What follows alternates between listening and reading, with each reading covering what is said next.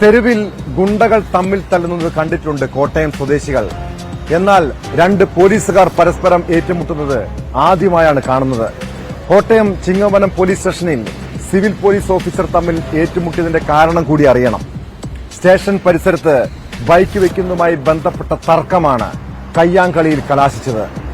Civil police ഉദ്യോഗസ്ഥനായ സുധീഷിന്റെ അടിയേറ്റ് മറ്റൊരു ഉദ്യോഗസ്ഥനായ ബോസ്കോയുടെ തലയ്ക്ക് പരിക്കേറ്റു.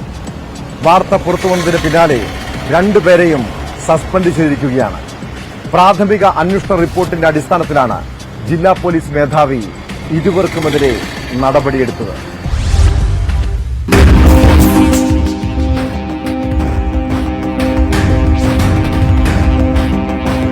ഇന്ന് ഉച്ചയ്ക്കാണ് ഈ സംഭവം ഉണ്ടാകുന്നത്. അതായത് ബൈക്ക് പാർക്ക് ചെയ്യുന്നതുമായി ബന്ധപ്പെട്ട തർക്കമാണ് ഇതൊരു സംഘർഷത്തിലേക്ക്, കയ്യാങ്കളിയിലേക്ക് എത്തിയത് എന്നുള്ളതാണ് നമുക്ക് ലഭ്യമാകുന്ന വിവരം.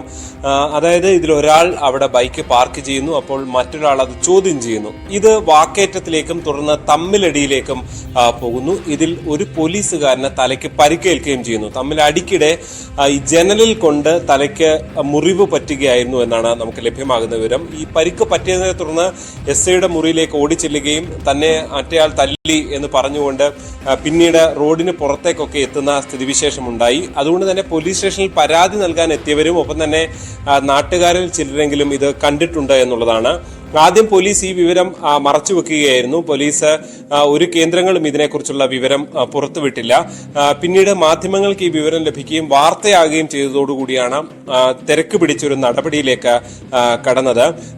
സ്പെഷ്യൽ ബ്രാഞ്ചിന്റെ ഭാഗത്ത് നിന്ന് ഇതിൽ റിപ്പോർട്ടിംഗ് ഉണ്ടായി എന്നാണ് മനസ്സിലാക്കാൻ സാധിക്കുന്നത്. ആ റിപ്പോർട്ടിന്റെ അടിസ്ഥാനത്തിലാണ് ബോസ്കോ, സുധീഷ് എന്നീ രണ്ടു പേർക്കെതിരെ സസ്പെൻഷൻ നടപടി എടുത്തുകൊണ്ട് ജില്ലാ പോലീസ് മേധാവി കെ കാർത്തിക് ഉത്തരവിട്ടത്.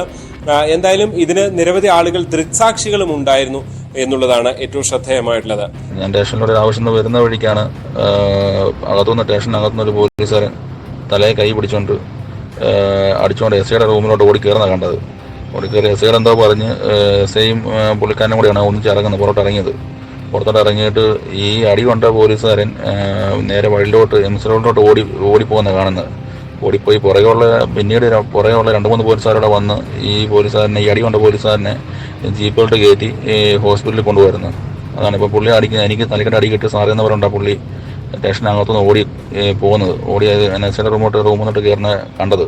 എന്തായാലും ഈ സംഭവത്തിൽ അതായത് പോലീസിനെ സംബന്ധിച്ച് ഇവർക്ക് രണ്ടുപേർക്കും പരാതിയില്ലെങ്കിൽ പോലും പോലീസിന്റെ ഒരു അച്ചടക്കമടക്കം ചോദ്യം ചെയ്യുന്ന നടപടിയാണ് അവിടെ ഉണ്ടായത് എന്നുള്ളതാണ് ഏറ്റവും ശ്രദ്ധേയമായിട്ടുള്ളത്. അതുകൊണ്ടാണ് അങ്ങനെ ഒരു നടപടിയിലേക്ക് പോലീസ് കടക്കുന്ന നിലയിലേക്ക് കാര്യങ്ങൾ എത്തുകയും ചെയ്തത്. ആദ്യഘട്ടത്തിൽ ഇതിലൊരാൾ പരാതിപ്പെട്ടെങ്കിലും ആ പരാതി ആദ്യഘട്ടത്തിൽ പോലീസ് സ്വീകരിച്ചില്ല. തുടർന്ന് സ്പെഷ്യൽ ബ്രാഞ്ച് ഉദ്യോഗസ്ഥർ നടത്തിയ റിപ്പോർട്ടിന്റെ കൂടി അടിസ്ഥാനത്തിൽ സംഭവ സ്ഥലത്തുണ്ടായിരുന്ന പോലീസിന്റെയും ഒക്കെ ഉദ്യോഗസ്ഥരുടെയൊക്കെ വിവരം അവരിൽ നിന്ന് മൊഴി കൂടി രേഖപ്പെടുത്തി പ്രാഥമിക റിപ്പോർട്ട് നൽകിയതിന്റെ അടിസ്ഥാനത്തിലാണ് ഇങ്ങനെ ഒരു സസ്പെൻഷൻ നടപടിയിലേക്ക് എത്തിയത്. എന്തായാലും ഈ സംഭവത്തെ തുടർന്ന് ഇതുണ്ടായി എന്ന് അറിഞ്ഞ് വാർത്ത വന്നതോടുകൂടി ആ പ്രദേശത്തടക്കം ആളുകൾ തടിച്ചുകൂടുന്ന ഒരു സ്ഥിതിവിശേഷവും ഉണ്ടായി.